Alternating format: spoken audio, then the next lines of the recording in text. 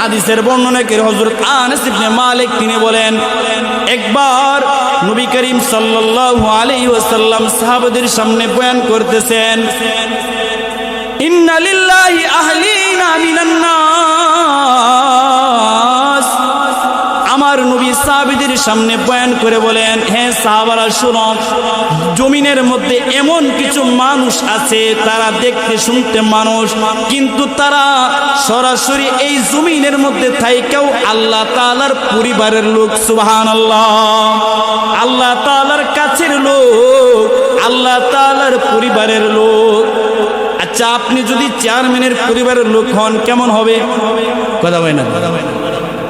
আর মিয়ার বাপটাই এরকম তাল সরোজ থাকুন জীবনের কথায়, চেয়ারম্যানের পোলা, মেম্বারের পোলা, আর যদি বারে এমপির পোলা, সারসে কাম, যদি প্রধানমন্ত্রীর পোলা হয় এর তো চেনাই যাইব না।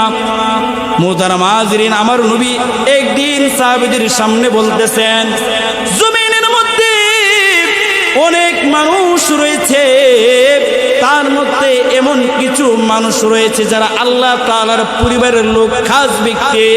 সাহাবায়ে কেরাম নতুন কিছু শুনলেই নবীকে প্রশ্ন করতেন, নবী বিষয়টা বুঝিয়ে বলেন, ক্বালা ইয়া রাসূলুল্লাহ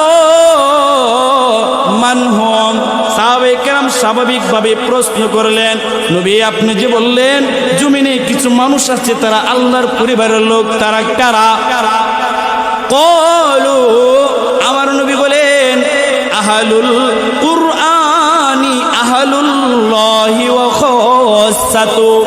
আমার নবী বলেন, যারা কুরআনওয়ালা, যারা কোরআন পড়ে, কোরআন পড়ায়, কোরআনের সাথে সম্পৃক্ত থাকে, কোরআনওয়ালাদেরকে যারা মহব্বত করে, কোরআনওয়ালাদেরকে যারা সাপোর্ট করে, এরাই হলো জমিনের মধ্যে আল্লাহ তাআলার পরিবারের লোক। সুবহানাল্লাহ।